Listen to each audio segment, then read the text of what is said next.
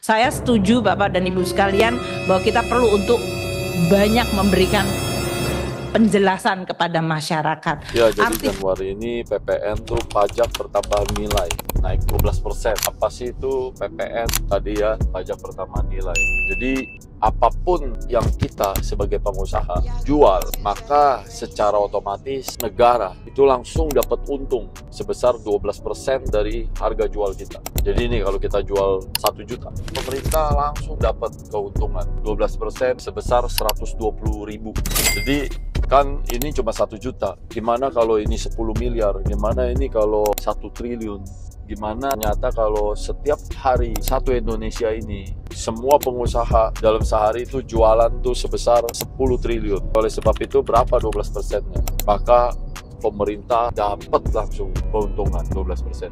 Jadi buat apa sih uang ini? Seperti yang kita tahu ya, negara yang kuat, negara yang maju, seperti Amerika contohnya, negara yang pendapatan pajaknya itu terbesar di dunia. Ketika pendapatan sebuah negara itu besar ya, walaupun itu duit dari pajak masyarakatnya, maka negara tersebut jadi punya kekuatan persenjataan, termasuk fasilitas pelayanan buat masyarakatnya, misalnya jalanan, rumah sakit, transportasi, kereta cepat, fasilitas yang diberikan dari negara buat masyarakatnya. Karena negaranya tuh kaya, pendapatan negaranya tuh banyak, yaitu termasuk dari pajak gitu kan.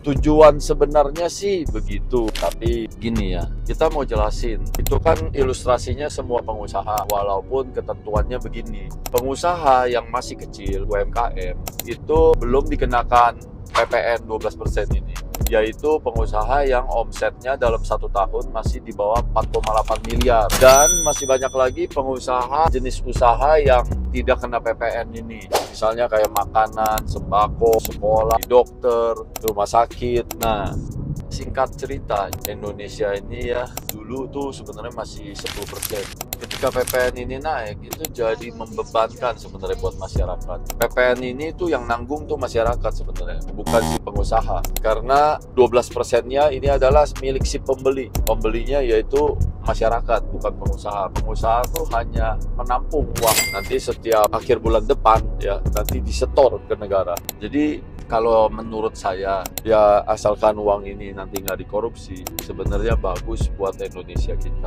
Walaupun nanti 12% ini tuh jadi beban buat masyarakat. Karena setiap mau beli barang, setiap mau beli apapun, mereka jadi dibebankan tuh harganya tuh naik 12%. Tapi gini kan, saya ini orang yang paling so tahu. Saya tuh mengundang kalian semua penonton untuk beritahu pendapat kalian di kolom komentar. Lebih mudah bersama Gapura Office. Kita nih selalu FYP di layar kalian. Kalau kalian mau terus untuk kami dalam mendidik dan mengedukasi budi pekerti buat generasi penerus bangsa kita, maka kalian harus follow supaya kita nih bisa mengembangkan tim kita. Seperti yang kita tahu, kalau orang baik itu terus diam, maka nanti kalah dari orang jahat.